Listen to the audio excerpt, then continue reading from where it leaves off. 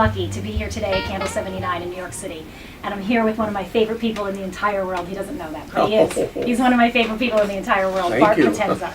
Bart's the owner of Candle 79 and also the Candle Cafe and Candle Cafe West. Amongst other things, also a wholesale line that you sell at Whole Foods of your signature products that you have here. You also have some pastry also that are out there. So there's all kinds of different things. Also 2 wonderful cookbooks and a little book on how to have some good menus for life, right? Yes. Yeah. Daily affirmation book, Yeah. obviously. Yeah. Well, first of all, okay, so Bart is known for every day he has a word of the day. So what's the word of the day today, Bart? Well, I was going to just jump in here and turn to a random page. Let's see what happens. All right. Because we're very psychic around here as well. Okay, it's categories as a rule. Okay, phone not ringing, emails not coming in, enjoy the freedom. Yes, I Like agree. that kind I of thing. agree. And I'm not the only one saying that these days, I think, I'm right? sure. Well, especially in New York City, Right. with the clamor of just Right, life that exactly, goes on. Yeah. exactly. Now, the thing about this, Bart, is that, like, I know, you're so successful as a businessman. And, we can talk about the restaurants. I absolutely want to talk about the food and the restaurants and everything. But really the reason why I'm here today and the reason why I asked you to be here with me is because I want to talk about your success as a human being. Because you have this thing about you. Now, when I was doing my internship here, I only met you probably 3 times. And it was so brief. But you made such an impact on me because Thank you. you'd walk in and this huge smile, and the thing about you that I find so amazing is that you have this ability to, just upon meeting someone, whether they're the person sweeping the floor in the back of the restaurant, whether they're washing the dishes, or whether they're one of the celebrities that are in your restaurants, many of them, including Bill Clinton and sure. amongst others, Yeah. Paul McCartney. Right. But whether you're that person in the back doing the work or whatever, you make everyone feel like the celebrity that is in your restaurant. And I find, that gives people such a feeling of value. You give people a feeling of worth when you meet them. And I've only met a few people in my life that I could actually say that about and that would keep with me. I mean, it was 4 years ago when I met you. And you've stayed with me all Wow. of that time because of that. That ability that I really believe is the greatest gift that you can give to another human being is to make them feel like they are of worth. Right. And you do it so well. So that's why I was excited to talk to you. How did you evolve into that person? I mean, were you like the little boy in the neighborhood that was running around saving kittens and like being really compassionate? A little bit of that then. Okay. Yeah, I wasn't as conscious about those things as I feel I am now. I think a lot of it had to do with, I worked with a lot of people who I called mentors growing up as a kid. And my first job, when I think back of my history, was like at 16 years old. I would work it in between baseball games when I grew up in Brooklyn, New York. But I always enjoyed mentorship from older, what I'll call bosses at the time. And I had several of them through the years, from everyone from the guy who ran the grocery to, my major was marketing and advertising back in my college days. I'm talking, can't believe it, almost 50 years ago. But I always had a good ear for perhaps what you picked up on about how to be effective, and I guess it was intuitive for me as well. And I kind of enjoyed it as from the standpoint of a reciprocal feeling that we create with someone if you be here. And thank you for the acknowledgement, but it came naturally. I hope it's coming naturally now as well, because I felt pretty secure about myself in that process. As scary as it was sometimes in the beginning, we're doing this in our 30th year now, and in the very early stages, when I say which is Joy's included in 99% of that, because we met while I was in the business already. It's quite a frightening experience opening restaurants, and there's a fear factor there, and how you're going to pay the bills and all that kind of thing. Well, and that's exactly what I want to address with you. Like, the reason I'm here right now is I wanted to ask you this question. Okay, so let's paint the picture. So you're about 56 years old. You decide you're going to open a vegan restaurant. Now, you had been in the business another 10 about 10... backwards on that, 46 years old. Okay, so but that was more vegetarian and smoothies and Right, a supplements. little snack bar basically. Right, Yeah. so then you decide, okay, I'm going to actually have a restaurant. It's going to be vegan. I'm in probably the most competitive market in the world, where restaurants go out of business 50% of the time in their first year or two. I don't have a whole lot of money. I need about $300,000. And I'm going to be indebted to friends and family and other people. You got it. At 56. Terrifying. Yeah. How did you push through the fear and actually make it happen? That's what I want to teach people. That's what I want to know. Please tell me. Well, I guess I have to use the integrity word, Joy, and I felt, I mean, the minute owe money to anyone. I work very hard at whatever I'm doing to make sure they get their due back, Sure. you know. So we did indeed. I don't know, you know the background. You seem to know a lot of the background story here, but actually we're going back 30 years when we started, and I would have been more like 46. Okay. But you know, we had the good luck of winning the lottery. Did you hear that story? Yes, divine In intervention. 1993, we won $53,000 in the New York lottery, and that became the seed money for the Candle Cafe. That was a game what they called Take Five. It wasn't $1 million game, but there were 6 winners that night playing our same numbers. I've been trying to find out who they are. And they were your well, we birth- would have won 300,000 otherwise. Right, So we which won would have been 50. the exact number you were looking for. Exactly. So the rest did come from family, friends, grandmas, our own rings off our fingers, credit cards, and so on. Right. And that's how Candle Cafe got created in 1994.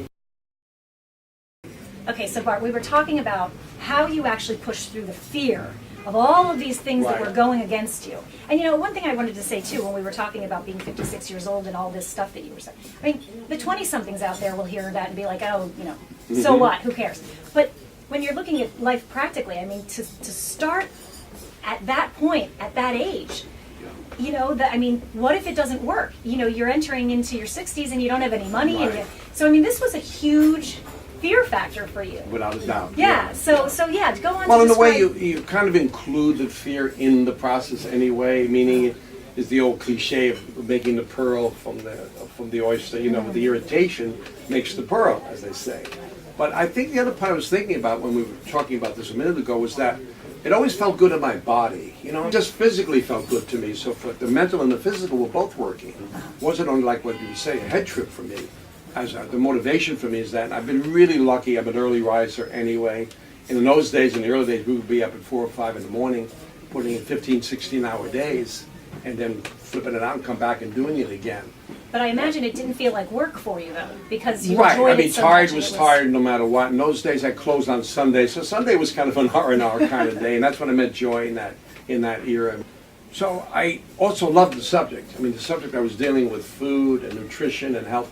In the early days, we were all pretty much into vitamins and supplements and allergies and all. I mean, it's still part of the food thing we deal with. We deal a lot with gluten-free these days, as you know, and allergies and so on.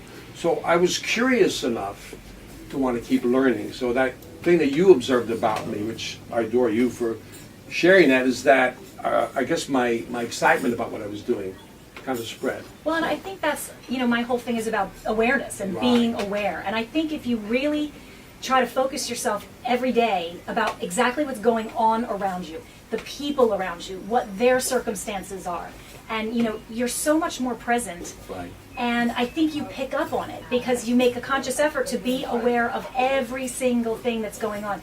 And then that's also when you see the opportunities coming that maybe if you were living in a very hectic, unaware kind of state, you wouldn't see them. Exactly. You wouldn't have the feeling like, let me play the lottery today. Now, did you have a family member that was sort of a mentor for you, somebody that stuck out kind of above everybody else? I wish I could say that. Well, in one category, I will say I did make homemade wine with my uncle and grandfather. So to that's this nice. day, when I drink a red wine, which I absolutely love, Me too. I have tactile memory back to that experience. Be every fall, like this time of year, I put on a special shirt and help press the wines and stuff. Right. And they would do it in the basement. They would just bring the wine in. And fairly common in the Italian-American households. Now, my other grandfather was French, and he was the winemaker. He made Oh, port wines. wow. He made port wines in his basement, and we'd come out of the basement as children, just Oh, you know, my like, God, just that's tasting. He'd say, fantastic. "Taste this." Wow. But yeah, he actually won awards at the New York State Fair for his Fantastic. port wine. So he was really into it. It was great. I have one of the last bottles in existence. so Fantastic. I love that's stories like that. Yeah, yeah. In fact, I'm most attracted at this stage of our profession about the farmers and the vineyards. Joy and I were invited to a family in Napa. I've never been to Napa. And anyway, they specialize in olive oil and small batches of wines. And you know, it's like an open invitation. Yeah, well, kind we of were thing. just in Sonoma, and we visited Oh. 2 biodynamic wineries. Good for One you, of which you Randy. had on your menu. I think it's just not there now. Okay. But they Porter Creek, the Pinot Noir, they're Okay, biodynamic. yeah, they're amazing. Yeah, and I'm Actually, really- one came in from the province of my Italian heritage, Potenza, Right. the family name from the province of Basilicata.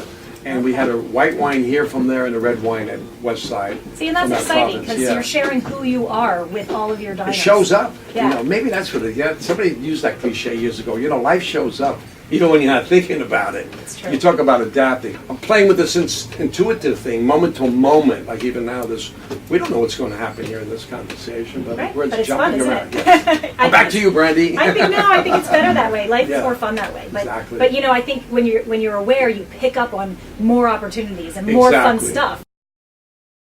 So Bart, we've talked about all kinds of personal things and all kinds of fun stories and stuff, but let's talk about the restaurant now. Okay. Now, the thing that impresses me most about the restaurant, of course, you have the vegan cuisine and it's so fresh and so delicious and so healthful, but you do so many other things also that many, many restaurants anywhere Right. don't do, sustainability-wise, etc. Can you tell me about some of those things that you do that are Sure. different? It was a natural marriage for me in the beginning. I think my team didn't quite go there with me at first, but now they're very embraced, meaning animal rights. We're one of the first green restaurants in America. We recycle, we compost, we feed firemen. And we're very engaged with all the animal rights people and movements, the Farm Sanctuary, PETA, Woodstock Sanctuary, Cats Forum. On a given day, my desk is full of appeals that could be anywhere from saving the monkeys with Jane Goodall or the chimpanzees or saving the whales type of thing. Again, back to our early conversation, it was very intuitive to go there for me. The other thing that happened here was that since we opened bigger restaurants, we now do major catering. We do weddings, we do book signing parties. We couldn't do that in the early days. We just had 2 weddings within 2 days. We booked a wedding upstate last month. We had to send a whole team upstate for a wedding at an ashram, and they used our food. So that piece to incorporate the whole business side, it only comes about because I think we love the network. When I say the network, it includes all the things you mentioned, the green piece, the animal right piece, the Save the Planet piece, whatever it is. Joy's big thing, which I'm part of too, is the Healthy School Lunch Program in New York City. There's officially a vegetarian public school in Queens now. Public School 244, we're getting a lot of press. It's totally vegetarian. Now we train chefs in various schools in uptown New York and the Harlem area. So that again is, a natural thing for us. It's nothing that we have to think about. We get these requests, by the way. We do have to, after a while, break it down. We can only do so much. Yeah. But you compost here, you recycle Well, we separate our everything. compost. We have a certain specialist garbage, rubbish removal, and they break it out. I mean, they have a separate section for the cardboard, for the wet garbage, and the compost, as they call it. Yeah. Now, when it comes to stuff like that, why do you think that those sorts of steps are so important to changing this climate? Oh, I feel that as a restaurant, we create a lot of rubbish, so I feel particularly good about having it assigned, hopefully the proper, dumping sites. In my home, where I live in Connecticut part-time, you have the basic separation of your glassware and so on, and your rubbish, but this is a lot of rubbish for everybody. There's 18,000 restaurants in New York. Sure. In fact, we made such an impact with it that the people from Mario Batali's restaurant, Del Posto, met with me early on, about 4 years ago by now, to find out how we did it so that they could do it. Wonderful. So it's that old 100th monkey theory, where you start something, someone else gets. Eventually, everybody gets it, right. I think impact is important. Go back, I keep thinking of the early part of our conversation. When you do something, you really have to back it up with your commitment and with your actual doing it, because we Right. could all speak it, but if you don't do it. Well, exactly. And I think, the way that I kind of think about it is I feel like there's a line. And on this side, there are the people who really want to do things but don't and regret. And then there's the people who can push through this fear, Right. get to the other side, and they're the doers. And my big question to ask people like you is, how do you burrow through the wall Sure. of fear? And I think that you've done such a great job with that. You set such a great example to everybody, and like you said, now you're committed to the work, and the work sort of just does itself. And you because it's such attract a people who share your commitment, hopefully, too. That's a big thing. Happen. Well, look, we have this amazing food in front of us. Let's Right. talk some food now. Okay. Okay. We enjoy eating around here. All right. Well, so now you're the owner of the restaurant. Tell me what we're eating here. Well, I'm happy to say, amongst all the things we do, at the 3 candles now, Candle Cafe, Candle 79, and Candle Cafe West. Seitan is one of our signature items. We use it in many forms. It's wheat gluten. It emulates meat a lot. So people who are not familiar with vegan or vegetarian, very often they'll eat it and think they're eating meat. But Yeah. of course, we tell them the truth about that. In fact, 80% of our customers are not vegetarian. They just love the food. Right. And so we're happy about that too. Yeah. We do what's called seasonal as well. We try to address the classic four seasons, like Vivaldi's four seasons. No, summer, fall, winter, spring. So right now, the ravioli of the season is stuffed with squash, butternut squash. Right. Another season, it might be stuffed with spinach or something like that. Along with that is, I'm happy to say we are feeding a fourth generation of customers now. So the people who are loyal to this, and this way I've noticed a difference in their personal lives, and they become like spokespeople for us. They're out in the world telling their family, friends, loved ones, and so on.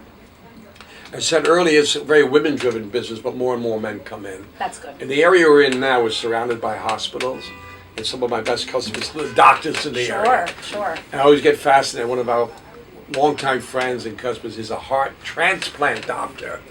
So can imagine what he sees in the human body. Absolutely. He knows that. And he comes right in here. Yeah, and I can't say it's only one thing that'll do it, And by the way, we've opened up the venue, which you said earlier about making it a fine dining experience. All of our restaurants have fine wines and organic beers, and 2 out of 3 have eco bars with classic alcohol and amazing drinks. So people can come in and have a full dining experience. And I think that's why we took it to another level. There's very few who are doing it that way. We didn't, in the early days, we were a classic hippie rice and beans joint, Right. A macro plate was your basic thing. To this day, I still like that food, though. But now you can enjoy what I call international cuisine. You're going to taste something on a given day, Moroccan, Indian, Italian, Mexican. So that the spice rack in our kitchens is as big as anything. Because how you flavor the food is really, Oh, it's I think you can almost smell it as we're talking Yeah. around it, right? Yeah, it smells so great. And I can Very smell. inspiring. Then it's rounded out with, you met Jorge, one of our head chefs and partners, and he rounds it all out with great desserts. At the end of the day, Bart, at the very end of the day, what do you want people to take away when they think of Bart Potenza?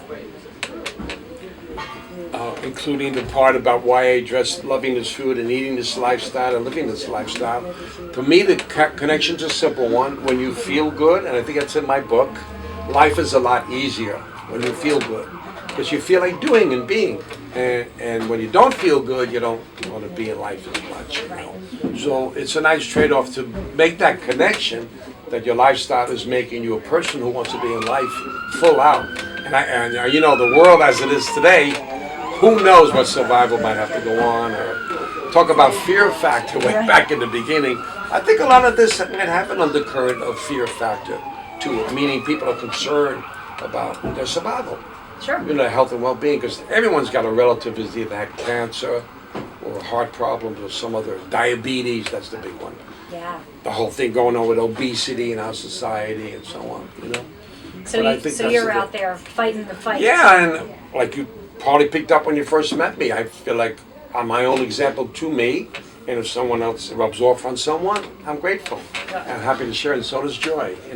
Well, Thank you've you. made an impact on me, and I'm so grateful that you had me here today. Thank you, So that Brandy. we can share your wonderful message. Thank you. Congratulations and good luck with your endeavor here. Thank you so Very much. excited for you. Thank you.